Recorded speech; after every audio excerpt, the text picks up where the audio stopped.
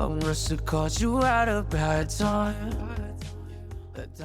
Quinton and I have both struggled with the uncomfortable feeling and experience of being stuck in soul tie entanglements. And we know what it feels like to go through that mental torture, emotional struggle. And if you are here, you're probably most likely also familiar with that struggle, that repetitive thinking, thoughts, and emotions, and even destructive behavioral patterns that keep repeating. So, Quinton, how long have we known each other? Sure, I actually worked it out the other day. We actually know each other 10 years. Quite a while. Yeah, time flies. It feels like yesterday.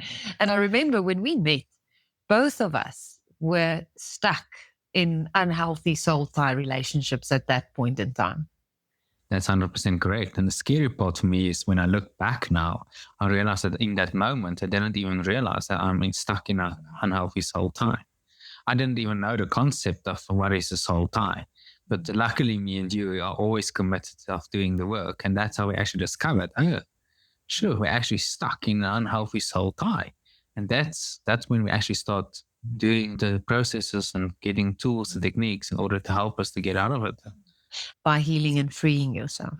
So I'm quite excited to introduce everyone to Quinton here. He's a registered psychologist and brings a wealth of wisdom and experience to the table. And Quinton, I think in your practice, you've seen many clients that struggle with this unhealthy soul tie entanglements. Most definitely. Now that I actually know what is a soul tie, I can pick it up quite quickly and easily, and I can actually help people to shift it and to transform it so they can actually have healthier, better relationships. Ilze, you also done quite a lot of work in healing soul ties in group work. What I always love working with you is how you take various modalities, processes, tools, techniques, and how you combine it in a healing process, which is so simple and so easy for people to follow and which brings amazing results. And I always admire that. Oh, thank you. So let's dive in. What are soul ties? Soul ties or energetic entanglements are not actually something new. It's something which has been mentioned in various spiritual, religious, and ancient teachings. And some religious texts actually says that two souls has the ability to become one. When we connect with others, we feel close to them. But some connections also goes beyond friends and family. So for a moment, I want you to imagine your soul is like a light inside of you. And when you connect to someone else, this mixes. It creates a different color, different vibe, different energy. Now, this connection of the other person can become very special bonds, or it can become an unhealthy soul tie. So an unhealthy soul tie is like a knot in a rope. It hurts you.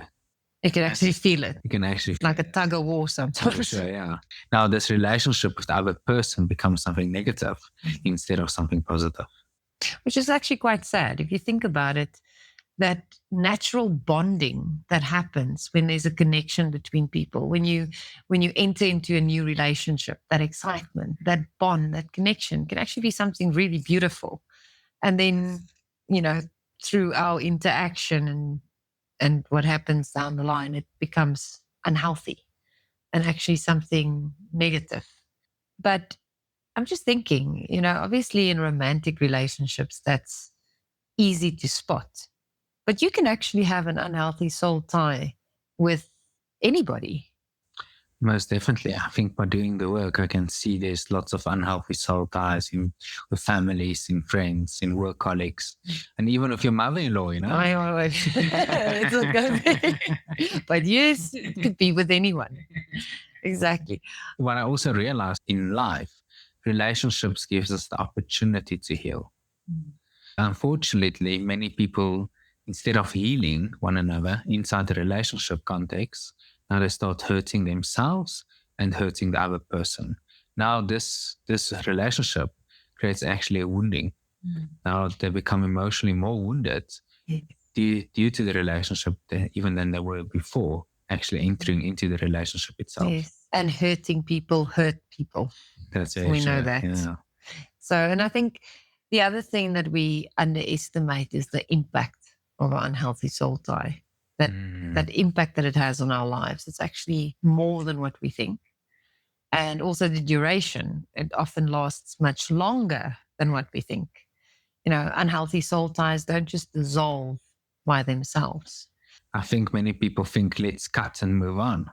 But if you cut and move on, you don't only cut the bad stuff, you cut the good stuff away as well. And it doesn't just work like that. Unfortunately. It's a bit more complicated than that. And if it does dissolve over time, it's also because there was work done, maybe consciously, unconsciously, but there's healing that's happened that helps with that. Yeah.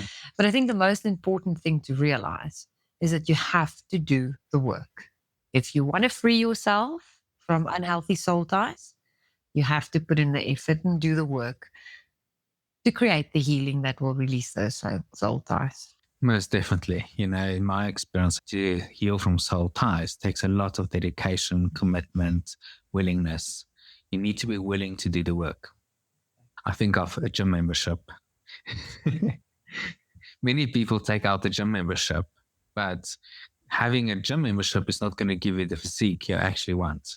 Yeah, you need to go to the gym. You need to go to the gym. You have to do the work to get the result. But as you're going to do the work, you're going to feel lighter, you feel connected, and you feel there's actually a shift in how you think and how you feel and how you basically behave. Thank you for listening. And if this resonated with you and you would like to learn more about smart relationships, like and subscribe and look out for more videos on relationships. I must have caught you at a bad time. The dial tone is like a